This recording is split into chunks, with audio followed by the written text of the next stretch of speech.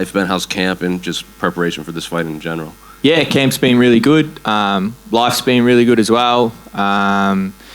Just take it day by day. But I had a really good camp. I feel like we've prepared. We've got a good game plan. I think it's a great fight. I know you guys are probably more into the style matchups than the average fan would be, and I think this is a great style matchup, and that's why we're headlining the prelims.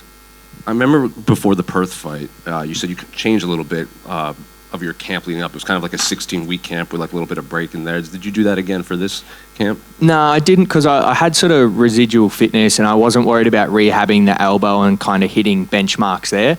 So I probably did a little bit longer than I normally do, but still more so like back to that 8 to 10 week without the breaks. And I know you wanted that Gavin Tucker kind of rebooking. You even wanted to fight in Canada, but now you're fighting later date against a different opponent. So I guess, were you happy with the name when they came to you, or did it really matter when they offered you Sydney? Yeah, honestly, at first when they offered, I didn't know Gabriel, and I hadn't watched any of his fights. So I was a bit disappointed because, I thought after the last performance I might get some brand value or name value in my next fight, be that a Barboza, someone around that mark. But that didn't eventuate. So as soon as I was like, yeah, I'll fight Gabriel Santos. As soon as I started looking at him and I watched the Lerone Murphy fight and I watched his David Unamar fight and the fight with the guy who won Road to Asia, I thought, this guy's he's a top 10 talent. He just doesn't have the number next to his name. And I thought, and I believe I'm a top 10 talent who doesn't have the number next to my name. So it's a great chance for both of us to come out here on a big pay-per-view that you could say maybe lacks a little bit of star power, right? And we got a vacuum for that. So there's a void there, and I think either one of us could easily step into that role and sort of fill that star power on the card. So when you do break down, what stands out to him from his skill set? Look, goes well in both stances, checks the calf kick well. He calf kicks better when he's in southpaw than when he's in orthodox. I calf kick better when I'm in orthodox. It's going to be a mind game. I think every minute the fight goes on will suit me better. And I'd have to ask, because, we don't normally get a lot of prelim fighters at these media days, but do you feel like the UFC is behind you because, another big card? I know you want to fight in Edmonton, but fighting on a pay-per-view in Sydney seems like a bigger deal for just you and the country as a whole.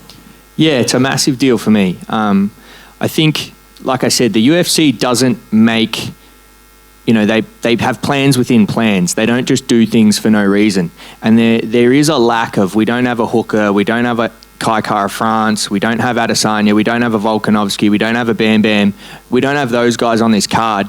So the UFC is giving us this opportunity and saying, step up, be the star you want to be, and I fully intend to fill that void.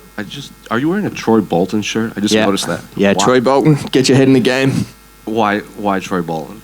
Oh, just a little bit of, I'm a millennial, you would say, and grew up on High School Musical, so you got to keep it where I grew up. Just last one for me. Did I see you get your black belt too between? So what was that experience like? Yeah, it was great. I got to go back to my first jiu-jitsu coach, Heath Addard, and me and my brother both got our black belts from him, and that was a really special day. Yeah, Jack, just over here to your left. Do you think the UFC's push of you matches your performances so far? Yep. Yeah, I think they've been about spot on. Given me tests when I've performed well. The first couple of fights, I think they just throw you in there. So it's like, here's Don Chanis, and then here's Jamal Emmers.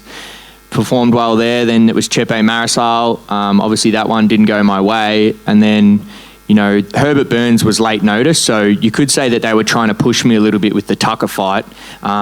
Herbert Burns wasn't so much that, but he stepped up on short notice. So, and now they obviously, they know how good Santos is. So this is a test for me to go get past this one, and we'll throw you some bigger fish. I think there's 3 debutants on the card. Did you think you'd become somewhat of a veteran or like a leader to Australians so early in your career? Yep. And finally, mate, I just want everyone to know, do you really enjoy watching your own highlights? Yeah, I do. I think it's probably the first time as a fighter that I've been on TikTok and scrolled past and seen like a stranger who made an edit of me. and I'm addicted to them. I love watching my own edits. There's one somebody made with the song Akon Lonely, and I just was like, this edit slaps. So thank you to whoever made those edits, and keep them coming because I love them. Hang on, Jack, over here. Good to see you again. When we saw you in Perth, it sounds like you might have been a little bit frustrated with perhaps the fighting style of Herbert Burns and how that fight went down. It sounds like you're not at all worried about that against Gabriel Santos. Would that be correct to say?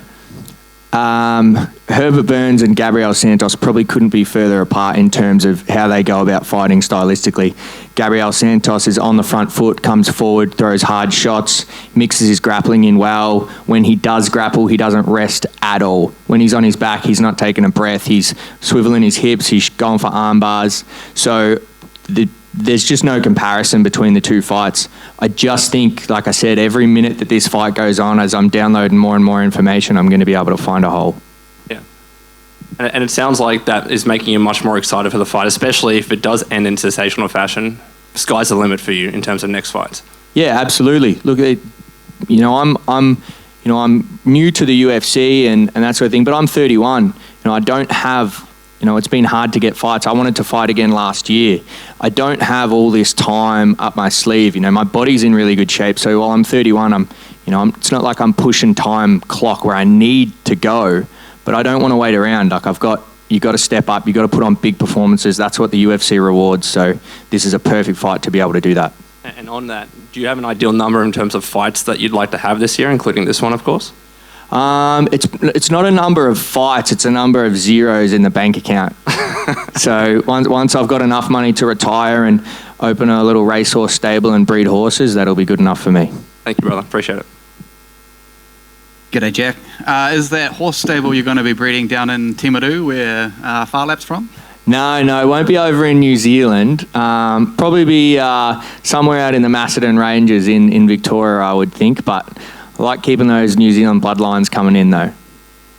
So far in your UFC career, you're only had one fight outside of Aussie. Do you reckon you're in deep enough now that you might just try to keep the streak going and see if you can do your entire career only fighting in Aussie? No, I think I said it after my first fight in the UFC. In my post-fight interview, I said that I wanted to get to the US because that's where the big market is.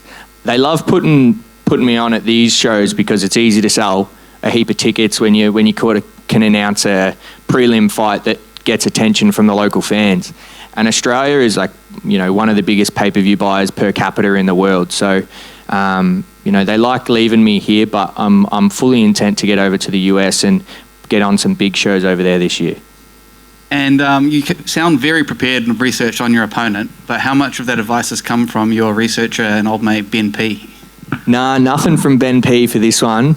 It actually got a little bit overwhelming because once you open the floodgates and say that you read all your DMs and that you get you got advice from a guy, I've probably had 500 randoms, people who don't even have anything to do with fighting, just being like, hey, this is what you should do, this is what you should do. So it just became a bit much. And like I said with the Ben P thing, it was a cool story and 100% true, but my coach had already identified the way we were going to go about that fight. So it's no actual difference for me, but no more advice from the outside. And I've noticed you've got a seemingly special relationship with the Tougher brothers, where every single card you've been on, one of them has also been on that card. Yeah, 100%. Well, I grew up playing rugby union in Victoria, and anyone who grew up playing rugby union in Victoria spends a lot of time around Islanders. I was probably the only Barlungi on the team. So, special affinity with those boys. They're like big bros to me, the Usos, and I love being on the cards with them. Cheers and love the shit. Thank you. Yeah, one more in the front right here. I think I saw a video of you said, the injury made you better to your elbow, and you said now you look to dominate rather than win, I think was your exact phrasing. So I guess how do you see this fight playing out? What's the headline read after this fight? The headline reads, Farjak makes case for top 10 fight with dramatic finish in the second round. Thank you.